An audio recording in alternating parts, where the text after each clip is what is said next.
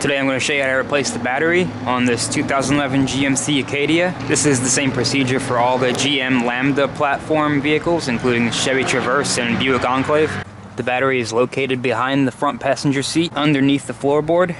Move the passenger seat to its all the way forward position, and then recline the seat all the way forward. If you have this floor mat, rotate these little plastic locking tabs to their horizontal position.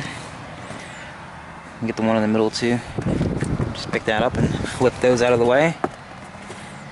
Now take a T20 Torx driver and remove this single screw.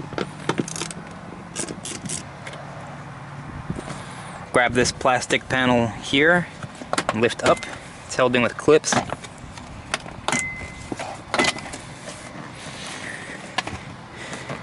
And then lift this panel up and get rid of it. And there's the battery.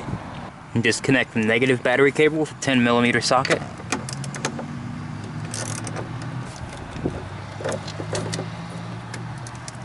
Now pull this protective cap off the positive terminal by squeezing these two tabs in while pulling upward on the top of it.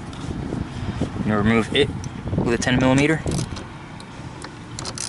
And it's very important that you disconnect the negative terminal first, because if you're wrenching on the positive terminal, your wrench happens to swing and it hits something metal, you're going to create a pretty powerful spark. Even dead batteries can spark pretty good. Just wiggle the cable while pulling upward. Swing it out of the way. Now disconnect this ground lead by pressing this tab down and pulling them out. These can be pretty hard to remove. You just got to use a little bit of force. Be careful not to rip the wire out, because they're pretty thin wires. Okay, set everything off to the side. Disconnect this vent tube line. Just pulls off the battery like that. Pull this little elbow out of here so it doesn't get damaged. Take a fairly long extension, 13mm socket, and remove the battery hold down bolt. Now remove the hold down block.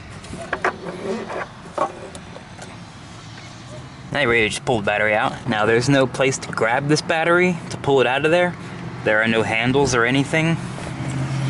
And they're really hard to get hold of on the sides because they're basically just smooth.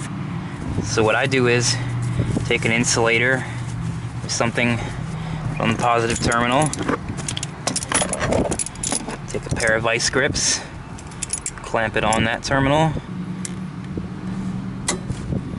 Take another pair of vice grips, clamp it on the negative terminal. Just grab them and pull it out of there. Take note that the new battery's side vent ports, they're both open. In this particular battery, which is Duralast, the vent plug is part of this protective cap for the positive terminal. So just break that out of there. And then just use it to plug the vent tube. Just push it in there. Plug the vent tube on the positive side on this battery. If your new battery didn't come with any vent tube plugs, you're going to have to pry it out of your old battery. Just lower the new battery into the battery hole. Remembering that the positive terminal is closer to the front of the vehicle. And unlike the Delco battery, this one most graciously has a handle. How nice is that?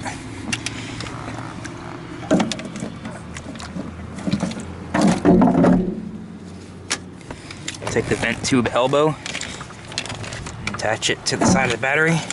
You might have to lift one end up.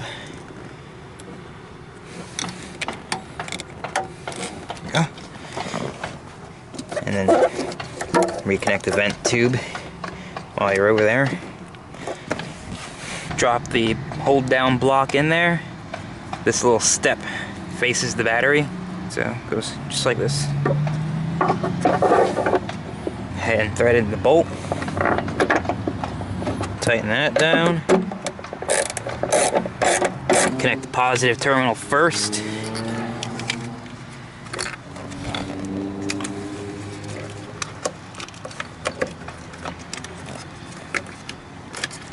Tighten it down, 10mm. Reconnect this ground connection. And reconnect the negative terminal. Close the protective cap for the positive terminal. Make sure everything's in order. Everything looks good. Put this floor panel plate on. Reinstall the T20 torque screw. Get this plastic panel back on. All these clips got to go into their respective ports. Just press them in. Make sure this plastic tab goes under.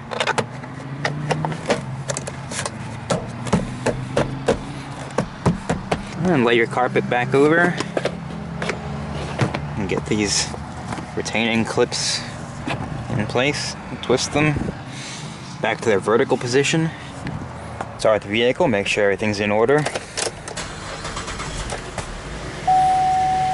Fired right up.